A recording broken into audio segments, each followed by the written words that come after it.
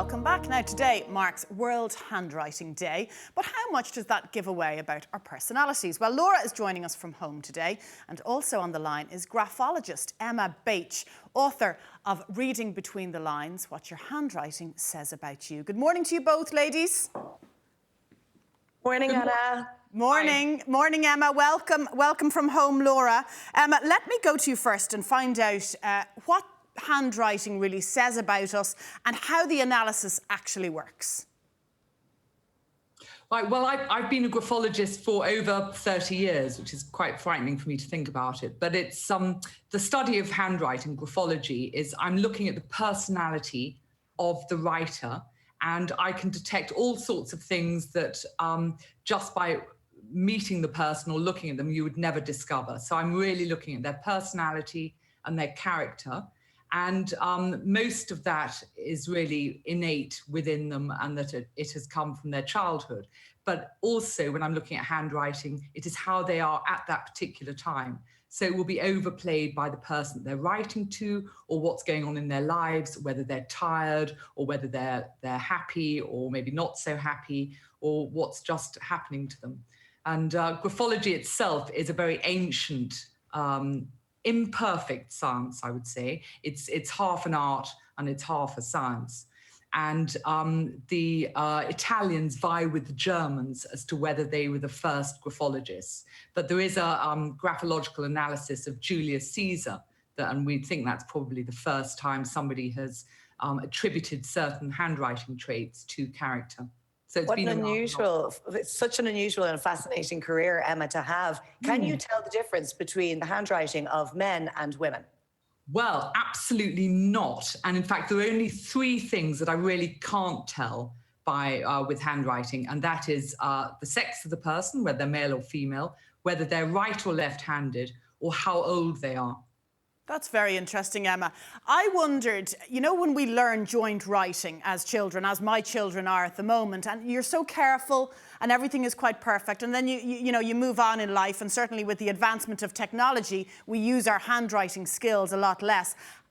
Does our handwriting disimprove as we get a little bit older and with the addition of technology? Well, I like the idea of disimproving. Well, for me as a graphologist, I personally don't particularly favour analysing the handwriting of children, simply because hopefully at school you are being taught a certain handwriting style, and it has to be legible so that the teacher can read it, etc., etc. And for me, when I'm analysing an adult, it's how much they've deviated or not deviated from the copybook style that they were taught at school. And so sometimes, if you get a 40-year-old with beautiful handwriting and it's very legible, it doesn't necessarily have the most positive attributes as far as personality is concerned, because it might mean that they haven't developed their own style, which might mean that they're more caught up with how other people would regard them. When it comes to technology, it is an issue, and I'm the first to admit that we are writing less and less. Although, on the other hand, the sale of notebooks actually went through the roof both in 2020 and 2019. And there's evidence that a younger generation are actually writing, not sadly writing letters to people, but I firmly believe that that's what we should be doing, but actually writing down their thoughts. And certainly in the creative industry, it's a known fact that if you write something with a pen or a pencil, you're more likely to remember and to get the creative juices flowing than if you were typing something. And let's face it, when it comes to emails and other communication on the computer, I think we've all made mistakes and sent the wrong email to somebody, or we've interpreted an email or text incorrectly, which can lead to all sorts of problems. And I think that actually the handwritten letter is so much more personal and intimate. And maybe in these rather difficult times, we should be writing to people. That's so true what you're saying, Emma, in terms of us remembering what we're saying when we write it down, because it takes time. You mentioned emotion earlier on, and I'm wondering if we are in a bad mood, if we're upset or stressed, or equally if we're in a happy mood and very chilled out, does our handwriting style change? Absolutely, it really, really does. And even because one of the questions I'm asked all the time is, oh, well, I've got lots of different sorts of handwriting, my handwriting changes. Well, of course it would. The nuances of the handwriting would change, but the main personality traits are unlikely to change unless something's happened in your life. But certainly my handwriting will be different when I first get up in the morning and I write something down.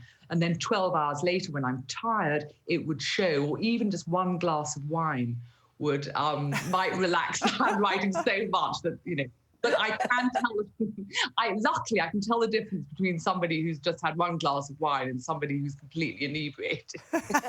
Starts to get a bit slanty, does it?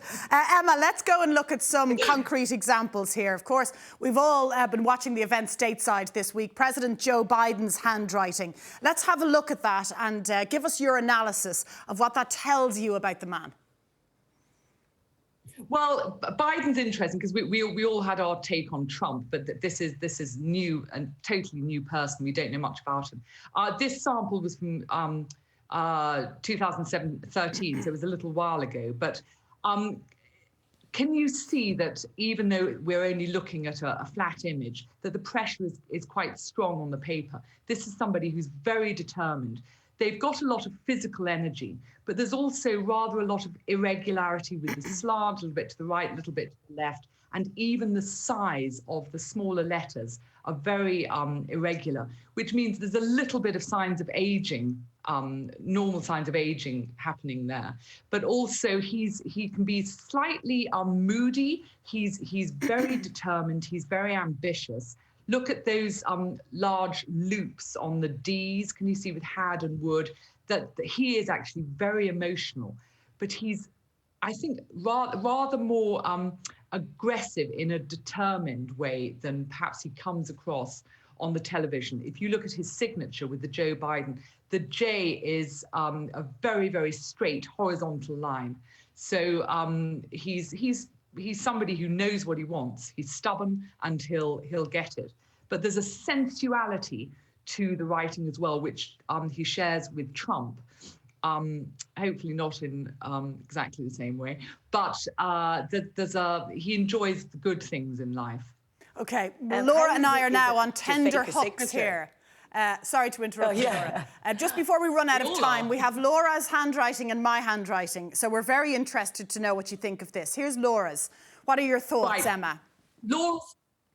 Laura's handwriting, can you see the quite large spaces between the words? Laura is, she's got this right slant, which means she's very, very good at communication and she enjoys meeting and talking to lots of different people. But the large spaces between the words also show that she likes her own company, and there's a side to her which is quite private, and also that the letters are quite squashed up close together. So she finds it difficult to totally relax, and she would need to know somebody very well indeed before she reveals how she really thinks about things. She's very discreet, and she's capable of working very independently.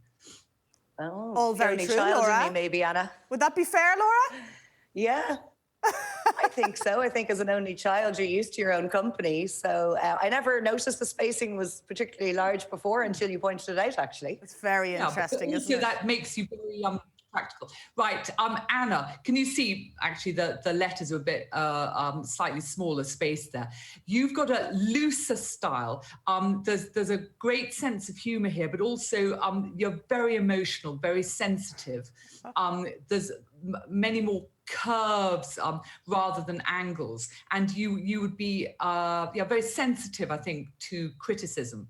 But when you wrote this, you were very up and you were very upbeat. And can we see it up on the screen again? Is that possible? There's a curved stroke which goes under the next letter. Can you see with children? That's caution with how you treat other people. It's important for you to be liked, but you're full of life. It's a very vibrant handwriting. Okay, I'll take that, Emma. Laura, I think we're both happy enough, are we? Don't analyse us anymore. Yeah, we're done. It's getting far too close to reality. Laura, we will chat to you later on. Emma, a pleasure as always. Thank you very much for taking the time. Thank you. Bye. Thanks, Emma. Bye. Now, Emma's book, Reading Between the Lines, What Your Handwriting Says About You, is available now. All very interesting. Right, we'll take a quick break. Stay with us. We are live until 12.